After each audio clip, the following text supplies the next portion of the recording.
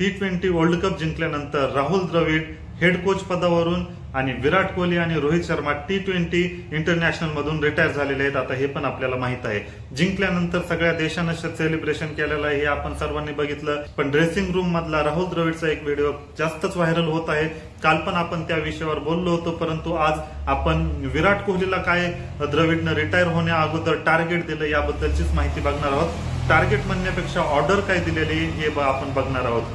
कारण तुम्हाला पण माहित आहे की हेड कोच म्हणून आता राहुल द्रविड आपल्याला बघायला मिळणार नाही, तर त्यांच्या जागी गौतम गंभीर येण्याचे चान्सेस खूप जास्त आहेत. परंतु राहुल द्रविड यांनी जे ड्रेसिंग रूम मध्ये भाषण केलेलं आहे त्यावर बरेच मुद्दे त्यांनी मांडलेले आहेत.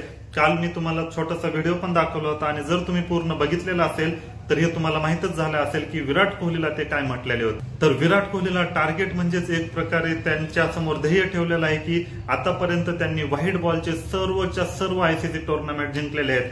T20 वर्ल्ड कप जिंकलेला आहे, चॅम्पियन्स ट्रॉफी जिंकलेली आहे आणि वन डे वर्ल्ड कप पण जिंकलेला आहे विराट कोहलीनं.